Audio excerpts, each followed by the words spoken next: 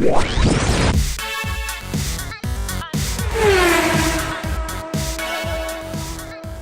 everyone and welcome to the Warrior Nation F1 Racing League podcast. It's good to be back for the lucky 13th episode. Joining me, albeit like 47 minutes late, is Ollie. You can't really talk, bowfar. Yes, I can. You berate me every time for being either late or on time, so today is my payback, and it has been served. Well done. Thank you. From GP1, we have Stephen J. Hayes. Hello, how are you doing? I'm very well, thank you. GP2, we got VXP Volts. Hello. Hello, thanks for that. We learnt your nationality is Polish. You're Polish. Yeah, I'm Polish. Nothing wrong with that, is there? Really? It's great. And the voice you heard laughing there is a podcast newbie. It's What? from GP3. You're a podcast newbie. You've never been on the podcast before. Hello, my name is X Crim, and Yeah. welcome to the Warrior Nation podcast. Look at that. He's going to be taking over my job soon, isn't he? He is Mr. Media, isn't he? Right, so to kick us off, here is Stephen J. Hayes, 83, with the roundup for GP1. Canada. Plenty of maple syrup, bacon and flapping heads aplenty if you watch a reputable television show on the Comedy Central channel. But GP1 headed there for the Canadian Grand Prix. Qualifying was a diabolical affair for current drivers' champion Tuppers. A collision with the Force India of championship rival Shiraz saw him crash into the barrier on the start-finish straight and into session retirement. Any chance of a restart was forgotten as he was the only one to do so. Meanwhile, as the session proceeded, all eyes were on the Ferrari of Fiersamil. Would he make the usual claim of no practice and then bang it on pole position? The answer was no. Fresh from the incident with the defending champion, Shiraz put together a lap that took him to the top of the timesheet, stealing that position from the Ferrari driver. Jay Hygo managed to claim third, while the Williams of Ferrari number 1 fan took fourth, 1 second off the pole time. This is the highest a Williams has qualified after last season's highs. The rage quit of Tuppers meant the lobby had shifted, and the race saw a collective groan as nearly every driver had a different scenario to deal with. Some had a wet track, some had a dry track. As the red lights disappeared and the drivers plunged into turn 1, the fast-starting Stephen J. Hayes 83 tried to go round the outside of Cube 623, who had a slight nudge from Soaring Wombat in the Ferrari. The result was the Lotus of Cube 623 slid wide and pitched the Red Bull driver of Stephen J. Hayes into a spin. In a matter of seconds, the Red Bull had gone from 6th to last. For the defending world champion, starting from the back of the grid, this would be another one of his great recovery drives. As the others floundered, Tuppers during the course of the race pushed himself harder and harder, eventually catching the hard-charging Cube 623 towards the end of the race, lapping the hapless Red Bull of Stephen J. Hayes 83 in the process. With poleman Shiraz 995 seemingly involved in lap 1 escapades, Fiersamil led the grid home to take another victory this season, virtually unchallenged. The consistent one Jay Hygo came home second, with the recovering Sauber of Tuppers in third, having won his tussle with Cube 623. In the Drivers' Championship, early favourite Fiersamil takes the lead from Shiraz by 11 points, with an ever-watchful Jay Hygo a further point behind. Despite his season's woes so far, Tuppers is still very much in the hunt, but now a full race win behind the current leader. Valencia next. Can Tuppers close the gap? Will Fiersamil stretch it? Or will we see a new driver atop of the podium on Sunday? I do breathe at times. And sleep. I don't sleep. Can't sleep. It's a style of editing that we do just to do the time a little bit closer together. So it's an action-packed GP1 race, and you had quite a good start, Stephen, but it kind of went to pot a little bit.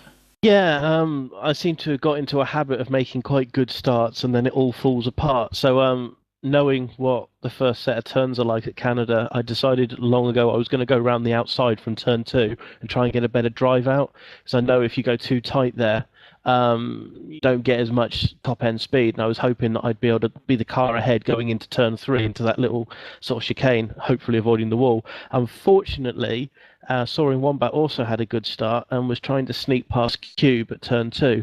He ever so slightly nudged Cube, which slid Cube wide, which I don't know if it's a problem with the physics of the game or not, but it just completely unsettled my car, and I'm spun. And I think Stuart had nowhere to go in the Williams. At this point, I'm sort of virtually last, and he's just there banging into my side pod, berating the fact that I haven't ghosted. Yeah, and I think probably part of that would be the track conditions as well. For most, I think it was a wet track, but for some people, like Baby Bell and Fire Samil, the track was dry. Very strange. I think mine was drier than wet, I have to say, because I seem to be getting a lot better drive. This is why I got myself into the position I was. But, you know, these things happen. It's only racing. Roll on Valencia. It's not like there's walls right next to the track there, is it? And it's both over the roundup of the GP2 events. GP2 headed to the Circuit Gilles Villeneuve in Montreal, Canada for the 7th race of the season. McLaren drivers have won the last 3 real F1 races, but would GP2 see the same outcome, or could the Mercedes team continue their surge to the top? Qualifying saw a McLaren grab pole position. Edink F1 put together a fantastic lap to stick his shiny silver car on the front row, but ongoing connection issues meant he disconnected from the session. 3 more disconnections in the first 3 laps of the race meant a restart and the random grid. The Xbox Live gods placed a Ferrari of LMG killers on the front row. Alongside him was Edink F1's teammate and championship leader, Mr. Tans. The first lap saw no incidents, but lap 2 provided the drama we all crave. Reckless Samster tried a courageous move around the outside of Mr. Tans at turn 2, but instead met the McLaren's rear left wheel, causing him to spin. VXP Volts also got involved with the drama and crashed into the side of Reckless Samster's Williams and lost his front wing. The incident left VXP Volts with a drive-through penalty and Reckless Samster down in 8th. It wasn't a complete disaster for the Williams driver though, as by the time lap 4 came round, he had gotten himself back up to 4th. The Mercedes driver were to have their worst race of the season. Steve JW94 started 6th because of the random grid and got caught in midfield. A series of errors and incidents ended in him being disqualified from the race for accidentally spinning and cutting turn 2. His teammate HB Snipes was having a better race. He spent most of it in 2nd, occasionally taking the lead during the pit windows. But lap 25 saw him take too much curb through the chicane and he ploughed into the wall of champions, destroying his car in the process. This brought out the safety car for the remaining drivers. The restart was incident-free, and Reckless Samster recovered well to win his first race of the season. Mr. Tans came through in 2nd, and C Stealth took his 4th podium position of the season in 3rd.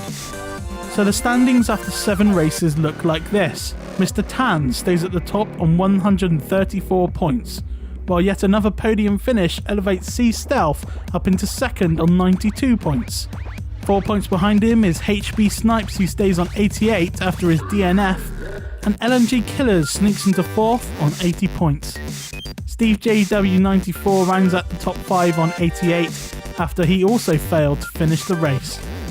So the battle for those top 3 positions are heating up nicely, and 5 drivers are closing in on promotion into GP1. How will the drivers fare around yet another street circuit? Valencia is the next venue and will play host to the next round of the Warrior Nations F1 Racing League. So that was the GP2 rundown. It was an interesting race, partly because of the lap 2 chaos that unfolded, but also there was a bit of lag towards the end, and Mr. Tans was taken over by an AI driver, which we didn't mention in the roundup, but ended up finishing 2nd. What was that like to drive in, Volts? Well, first of all, the lap 2, that ruined my race. I was 5th, and then just going into the 2nd corner, and Samster was out in the middle of the track, couldn't react in time, and I hit the side of him, lost my wing, and I received a penalty. So I had to do a whole lap round, replace my wing, and then go for a penalty. So that was about end of my race. or chance to finish well. And then lap 18, Vipester came out on track, in the middle of the corner, and I hit him, lost my wing, and got a penalty, same thing as with Samster. So that wasn't very good for me. Another race with incidents for me. And yeah, Snipes crashed out on lap 25 or so, or 30, can't remember. But that kind of flipped the field as well. Everyone was close together again, and that was about it. There was 2 people stuck in the pits, I think, for the AIs. So that wasn't very good either. So I think for the case of Vipes there, he had just spun. His car was very laggy anyway. And so I don't think there was much that he could have done to get out of the way of you. And that corner's quite blind. So, yeah, I think it's just an unfortunate incident. Although I know you did appeal to the penalty, the lack of punishment for him. yeah, because the thing is, he could see me beyond. I was behind him. It's about 2 seconds behind him, so he could see me. And then he could have went a bit wider to prevent me hitting into him. And I couldn't see anything around the corner when he was spun. And then when I just got to the corner, he was just in the middle of the track. Slammed my brakes, but it was too late. Couldn't turn or nothing, so...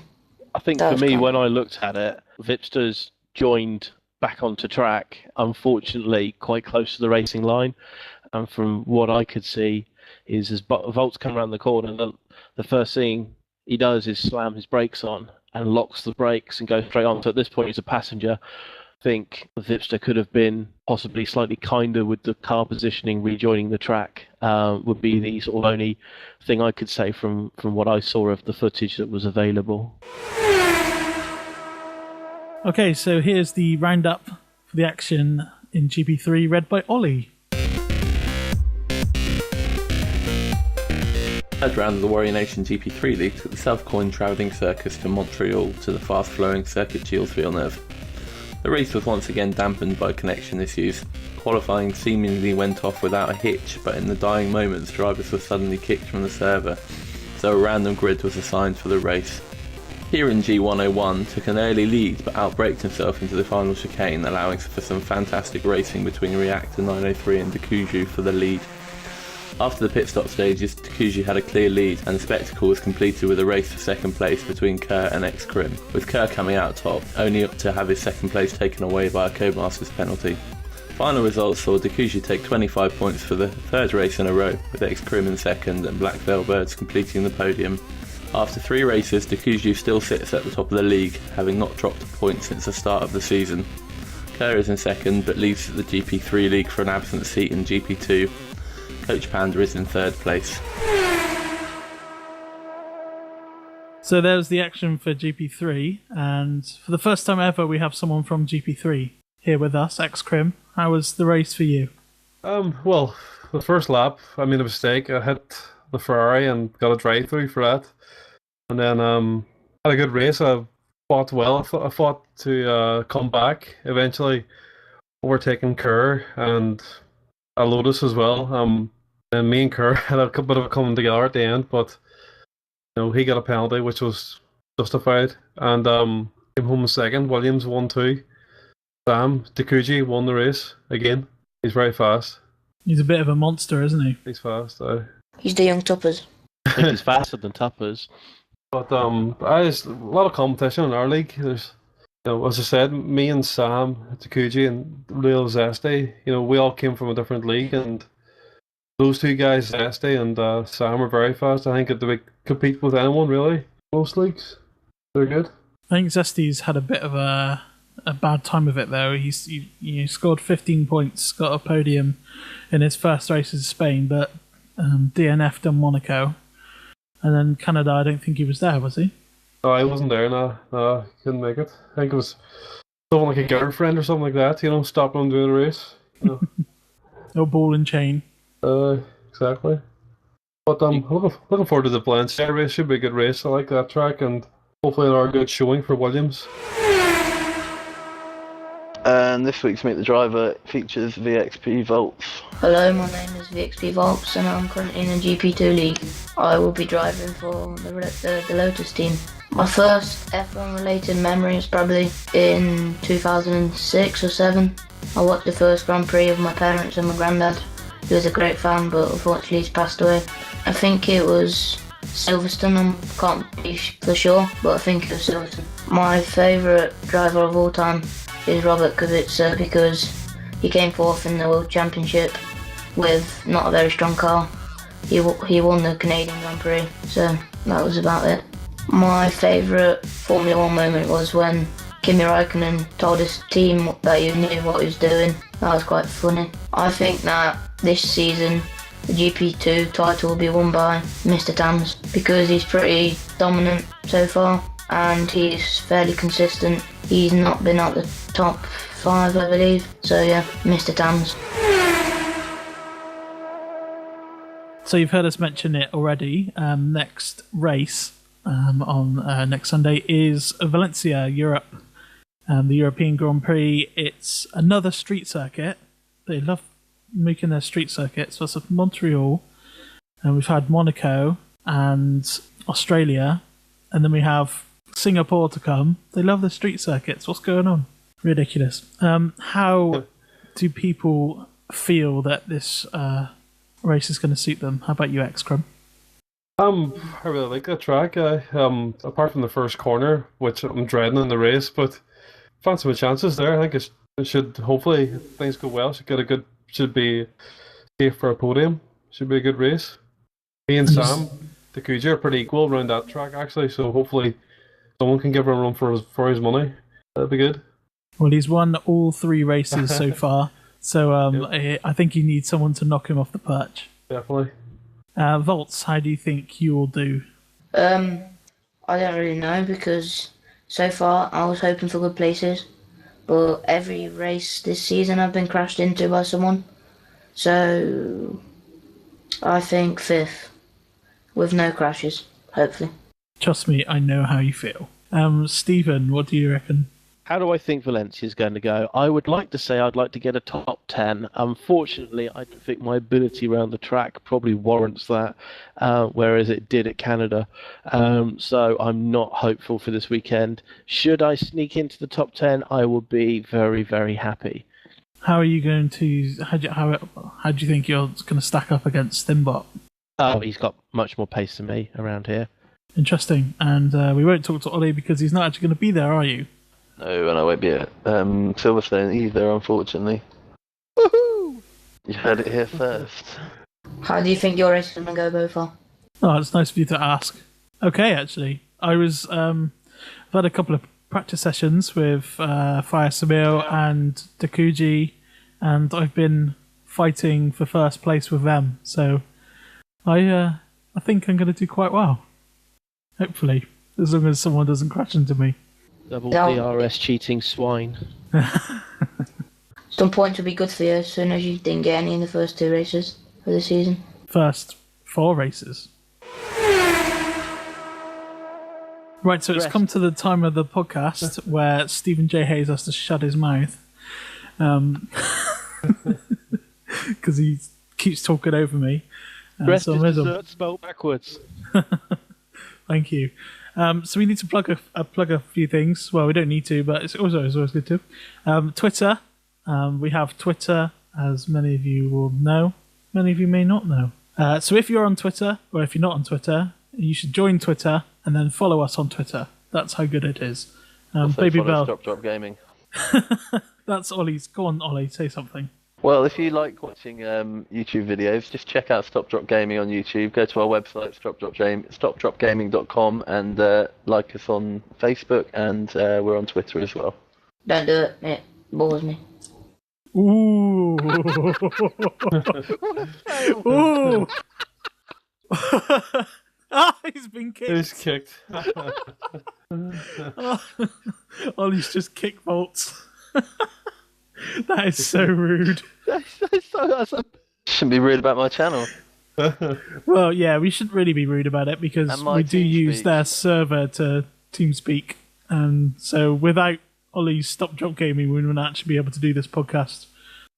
So, it's a worthwhile thing, if not so that we can just piggyback on their resources. Also, if you want to join the league, if you like what you hear or like what you see on our YouTube channel, then we're always recruiting. We're always looking for some new people to get involved. We've got some places at the moment. I think they may have been filled. I don't know. It's always good to get involved with us. So if you go to Twitter and search for Warrior Nation F1, then you'll find us there. And or if you want to go and check it out firsthand, it's warriornation.net. And I'd also like to give a shout out, because Stephen brought to my attention that we have some listeners outside of the league, but within Warrior Nation still.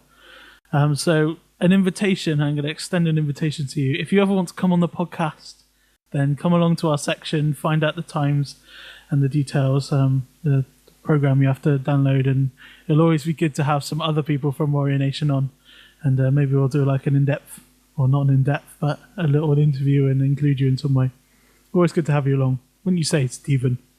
I would do, and I'd also like to say congratulations to WNX Exile for getting promoted to the head of console. We should all clap. I can't clap. I'm not my push the talk button down at the same time. Someone who supports the Formula One side and wants to see it grow and prosper. Good. Right, so that is all we have time for now, and I'll leave the other guys to say goodbye. Goodbye. Adios. See you later. Don't kick me. And I have to say everyone goodbye before Ollie kicks us all. Goodbye.